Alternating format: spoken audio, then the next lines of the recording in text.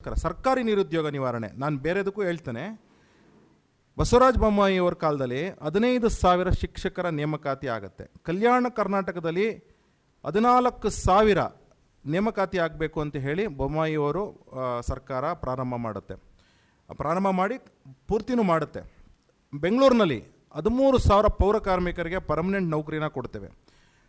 ಈಗ ಅಂದರೆ ಇದು ನಾವು ನಮ್ಮ ಸರ್ಕಾರದ ಅವಧಿನಲ್ಲಿ ಈಗ ನಿಮಗೆಲ್ಲ ಗೊತ್ತಿದೆ. PSI ಅಪಾಯಿಂಟ್ಮೆಂಟು ಮಾಡಿದ್ವಿ. KPSC 2011ನೇ ಬ್ಯಾಚು, 2014ನೇ ಬ್ಯಾಚು, 2017ನೇ ಬ್ಯಾಚು. ಈ ಎಲ್ಲವೂ ಸಹ 2011 ನಮ್ಮ ಸರ್ಕಾರ ಇತ್ತು, 2014 ಮತ್ತು 2017ರಲ್ಲಿ ಕಾಂಗ್ರೆಸ್ ಸರ್ಕಾರ ಇತ್ತು. ಆದರೆ ಇವೆಲ್ಲವೂ ಸಹ ನಾವು ಭರ್ತಿ ಮಾಡಿದ್ದು 2020ರಲ್ಲಿ ಕಂಪ್ಲೀಟ್ ಮಾಡಿದ್ದೀವಿ ಪ್ರೊಸೆಸ್ಸು. ಅಂದರೆ ಯಡಿಯೂರಪ್ಪನವ್ರ ಕಾಲದಲ್ಲಿ KS ಅಪಾಯಿಂಟ್ಮೆಂಟು ಸಹ ಕಂಪ್ಲೀಟ್ ಆಯಿತು ಅಂತಕ್ಕಂಥದ್ದು ಗಮನಾರ್ಹವಾದಂಥ ವಿಚಾರ. ಇದ್ರ ಜೊತೆಗೆ ಈಗ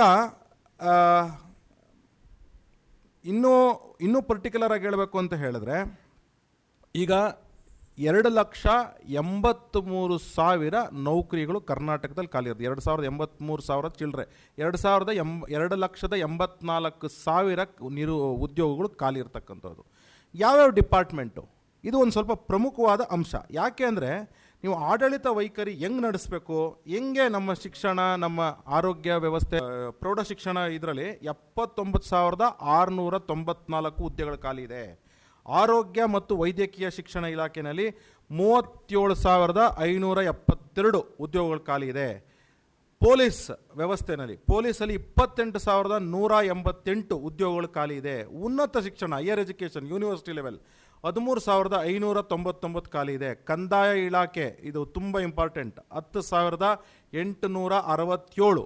ಗ್ರಾಮೀಣಾಭಿವೃದ್ಧಿ ಮತ್ತು ಪಂಚಾಯತ್ ರಾಜಲ್ಲಿ 10,504. ಪಶುಸಂಗೋಪನಾ ಇಲಾಖೆ 11,020. ಕೃಷಿ ಇಲಾಖೆ 6,876. ಸಹಕಾರಿ ಇಲಾಖೆ ಕೋಆಪರೇಟಿವ್ 8,525. ಆರ್ಥಿಕ ಫೈನಾನ್ಸ್ ಡಿಪಾರ್ಟ್ಮೆಂಟ್ 7,668.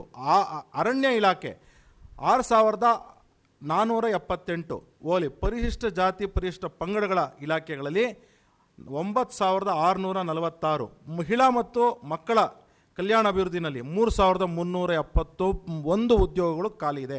ಅಂದರೆ ಏನಾಗ್ತದೆ, ಕಂದಾಯ ಇಲಾಖೆಯಲ್ಲಿ ಏನಾಗ್ತದೆ, ಉದಾಹರಣೆಗೆ ಕಂದಾಯ ಇಲಾಖೆಯಲ್ಲಿ ನಿಮಗೆ ಗೊತ್ತಿದೆ, ಅವರು ಪಾಪ ಚುನಾವಣೆನೂ ಅವರೇ ಮಾಡಬೇಕು, ಚುನಾವಣೆ ಬಂತಂದ್ರೆ ಅವರೇ ಮಾಡಬೇಕು, ನಿಮಗೆ ಸರ್ವೆ ಪೋಡಿಗೂ ಅವರೇ ಬೇಕು, ಕನ್ವರ್ಷನ್ ಬೇಕು, ಮತ್ತು ಎಲ್ಲ ಸಮಸ್ಯೆಗಳಿಗೂ ಅವ್ರು ಬೇಕು. ಆದರೆ ಅವ್ರ ಮೇಲೆ ಈಗಾಗಲೇ ವರ್ಕ್ ಲೋಡ್ ಜಾಸ್ತಿ ಇದೆ. ಅಫ್ಕೋರ್ಸ್ ಬೆಂಗಳೂರಲ್ಲಿರೋರು ಅವರು ಬೇರೆ ಸ್ಕೀಮಲ್ಲಿದ್ದಾರೆ. ನೀವು ಉದಾಹರಣೆಗೆ ಮಂಡ್ಯ, ಮೈಸೂರು ಇಂಥ ಕಡೆ ಕಂದಾಯ ಇಲಾಖೆಯವರಿಗೆ ವರ್ಕ್ ಲೋಡ್ ಜಾಸ್ತಿ ಆಗಿಬಿಟ್ಟಿದೆ. ಅವ್ರು ಹೇಳ್ತಾರೆ, ಸರ್ ವಾರಕ್ಕೆ 7 ದಿವಸ ಕೆಲಸ ಮಾಡಿದ್ರೂ ನಮ್ಮ ಕೈಯಲ್ಲಿ ಕೆಲಸ ಮಾಡೋಕ್ಕಾಗ್ತಾ ಇಲ್ಲ ಕಂದಾಯ ಇಲಾಖೆ. ಇನ್ನು ಕೃಷಿ ಇಲಾಖೆಗಳಲ್ಲಿ ನೀವು ಸರಿಯಾದಂತಹ ಸ್ಕೀಮ್ಸ್ನ ಕೊಟ್ಟರೆ ಅವರು ಪುರ್ಸತ್ತಿಲ್ಲದೆ ಕೆಲಸ ಮಾಡಿದ್ರು ಜನಗಳ ಸಮಸ್ಯೆ ಬಗೆಹರಿಸ್ಲಿಕ್ಕಾಗಲ್ಲ, ಅಷ್ಟು ಸಮಸ್ಯೆ ಇದೆ. ಕೃಷಿ ಇಲಾಖೆ, ಪಶುಸಂಗೋಪನಾ ಇಲಾಖೆ, ಇದೆಲ್ಲ ಒಂದು ಕಡೆಗೆ ಇದೆಲ್ಲನೂ ಆಯ್ತಪ್ಪ, ಓಕೆ. ಸರ್ಕಾರಿ ನೌಕರಿಗಳ ಬಗ್ಗೆ ಯಾಕೆ ಮಾತಾಡ್ತಿದ್ದೀವಿ? ಬೇಡ, ಪ್ರೈವೇಟ್ ಕೆಲಸಗಳ ಬಗ್ಗೆ ಮಾತಾಡೋಣ. ಪ್ರೈವೇಟ್ ಕೆಲಸ ಆದರೂ ಕ್ರಿಯೇಟ್ ಮಾಡಿಕೊಟ್ರ ಸಿದ್ದರಾಮಯ್ಯನವರು. ಅಂದರೆ ಈಗಾಗಲೇ ನಿಮಗೆಲ್ಲ ಗೊತ್ತಿದೆ, ಬೆಂಗಳೂರಿನಲ್ಲಿ ಪ್ರತಿಷ್ಠಿತ 23 ಕಂಪನಿಗಳು ಈಗ ಬೇರೆ ರಾಜ್ಯಗಳು ವಲಸೆ ಹೊಟ್ಟೋಗ್ಬಿಟ್ಟಿವೆ. ತಮಿಳುನಾಡು, ಆಂಧ್ರ ಪ್ರದೇಶ ಬಕ್ಕಸ ರಾಕ್ಷಸರಾಗೆ ಕಾಯ್ತಾ ಇದ್ದಾರೆ. ಕರ್ನಾಟಕ, ಬೆಂಗಳೂರಿನ ಯಾವ್ಯಾವುದು ಪ್ರೈವೇಟ್ ಕಂಪನಿಗಳಿವೆ ಅವ್ರಿಗೆ ನಾವು ಜಾಗ ಕೊಡ್ತೀವಿ, ನಾವು ಲ್ಯಾಂಡ್ ಕೊಡ್ತೀವಿ, ಫ್ರೀಯಾಗಿ ಕೊಡ್ತೀವಿ, ಟ್ಯಾಕ್ಸ್ ಫ್ರೀ ಕೊಡ್ತೀವಿ, ಬನ್ನಿ ಅಂತ ಕರೀತಾರೆ. 23 ಕಂಪನಿಗಳು ಶಿಫ್ಟ್ ಆಗಿರೋದು. 23 ಏನು ಕಡಿಮೆ ಏನಲ್ಲ. ಈ 23 ಕಂಪನಿಗಳಲ್ಲಿ ತದುಸುಮಾರು ಏನಿಲ್ಲ ಅಂತಂದ್ರು 5-6 ಲಕ್ಷ ಜನ ಕೆಲಸ ಮಾಡ್ತಿದ್ರು ಅಂತ ಹೇಳಿ ರಿಪೋರ್ಟ್ ಇದೆ. ಯಾಕಪ್ಪ ಖಾಲಿ ಮಾಡಿಸಿ ಕಳಿಸ್ತೀರಿ? ಒಂದು ರಸ್ತೆ ಕೊಟ್ಟಿಲ್ಲ ಅವ್ರಿಗೊಂದು ಯಾವುದೇ ರೀತಿ ಎಲೆಕ್ಟ್ರಿಸಿಟಿ ಆಯಿತು, ಯಾರಿಗೋ ಫ್ರೀಯಾಗಿ ಕೊಟ್ರಿ, ಏನೋ ಡೊಮೆಸ್ಟಿಕ್ ಯೂಸೇಜ್ಗೆ, ರೈತರಿಗೇನು ಫ್ರೀಯಾಗಿ ಕೊಟ್ಟಿಲ್ಲ, ಡೊಮೆಸ್ಟಿಕ್ ಯೂಸ್ ಫ್ರೀಯಾಗಿ ಕೊಟ್ರಿ. ಅವ್ರಿಗೆ ಮುಂಚೆ 4 ರೂಪಾಯಿ 15 ಪೈಸೆ ಇದ್ದಿದ್ದು ಕರೆಂಟ್ನ ಇವತ್ತು ನೀವು 9 ರೂಪಾಯಿ 80 ಪೈಸೆ ಮಾಡಿದ್ರೆ ಹೆಂಗೆ ಸಸ್ಟೈನ್ ಮಾಡೋದು? ಹೆಂಗೆ ಸಸ್ಟೈನ್ ಮಾಡ್ತಾರೆ? ಅದಕ್ಕೆ ಅವ್ರೇನು ಮಾಡಿದ್ರು, ಬೇಡವೇ ಬೇಡ, ಟ್ಯಾಕ್ಸು ಫ್ರೀ ಸಿಗುತ್ತೆ, ಲ್ಯಾಂಡು ಫ್ರೀ ಸಿಗುತ್ತೆ, ನಾವು ಅಲ್ಲಿ ಹೊರ್ಟೋಗ್ತೀವಿ ಅಂತ. ನನ್ನದೇ ಒಂದು ಎಕ್ಸಾಂಪಲ್ ಹೇಳ್ತೀನಿ. ಒಂದು ಪ್ರತಿಷ್ಠಿತ ಕಂಪನಿ, ನಾನು ಹೆಸರು ಹೇಳೋದಿಲ್ಲ, ಆ ಪ್ರತಿಷ್ಠಿತ ಕಂಪನಿಯವರು ನನ್ನ ಕಾಂಟ್ಯಾಕ್ಟ್ ಮಾಡಿದ್ರೆ, ನನ್ನ ತಾಯಿ ಬಂದು ಹೊಸೂರು, ತಮಿಳ್ನಾಡಿನ ಹೊಸೂರು, ಅಲ್ಲಿ ನಿಮ್ಗೆ ಯಾವ್ದಾದ್ರು ಕಾಂಟ್ಯಾಕ್ಟ್ ಇದ್ದರೆ ದಯವಿಟ್ಟು ನಮ್ಗೊಂದು ಸ್ವಲ್ಪ ಲ್ಯಾಂಡ್ ಕೊಡಿಸ್ಬಿಡಿ ಸರ್. ತತ್ಸುಮಾರು ನಾವು ಒಂದು 20-35 ಎಕರೆ ಜಾಗ ನೋಡ್ತಾ ಇದ್ದೀವಿ. ಯಾಕೆ ನೀವು ಕರ್ನಾಟಕದಲ್ಲಿ ಯಾಕೆ ಬೇಡ ಅಂದರೆ, ಸರ್ MB ಪಾಟೀಲ್ ಅವ್ರ ಮನೆಗೆ ಹೋಗಿ 5 ಅವರ್ ನಮ್ಮ MD ಜರ್ಮನಿಯಿಂದ ಬಂದಿದ್ರು, ಕಾಯ್ತಾ ಇದ್ವಿ, ನಮಗೆ ಅಪಾಯಿಂಟ್ಮೆಂಟೇ ಸಿಗಲಿಲ್ಲ, ಬೇಸರ ಆಯಿತು, ನಮ್ಮ MD ಹೇಳಿದ್ರು ನೀವು ತಮಿಳ್ನಾಡಿಗೆ ಹೋಗ್ಬಿಡೋಣ ನಾವು ಅಂತ ಹೇಳಿದ್ರು. ತಮಿಳ್ನಾಡು ಅಂದರೆ ಈಗಾಗಲೇ ಕರ್ನಾಟಕದಲ್ಲಿ ಒಂದು ಯೂನಿಟ್ ಇದೆ, 2 ಯೂನಿಟ್ ಓಪನ್ ಮಾಡೋಕ್ಕೆ, ದೊಡ್ಡ ಯೂನಿಟ್ಟು.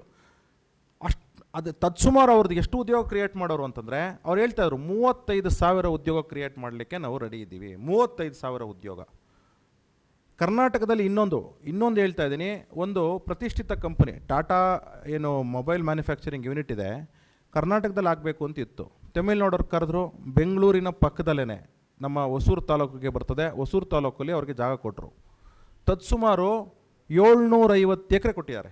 ಈಗ ಅವರು 300 ಎಕರೆನಲ್ಲಿ ಪ್ಲ್ಯಾಂಟ್ ಸ್ಟಾರ್ಟ್ ಮಾಡಿದ್ದಾರೆ. ಇವತ್ತು ಅವ್ರ ಹತ್ರ ಉದ್ಯೋಗಸ್ಥರು 40,000 ಜನ, 3 ಲಕ್ಷ ಉದ್ಯೋಗನ ಅವರು ಕ್ರಿಯೇಟ್ ಮಾಡ್ತಾ ಇದ್ದಾರೆ. ಇನ್ನು 5 ವರ್ಷ ಸ್ಪ್ಯಾನಲ್ಲಿ, ಅಂದರೆ 2030 ಒಳಗಡೆ 3 ಲಕ್ಷ ಉದ್ಯೋಗನ ಕ್ರಿಯೇಟ್ ಮಾಡ್ತಾ ಇದ್ದಾರೆ.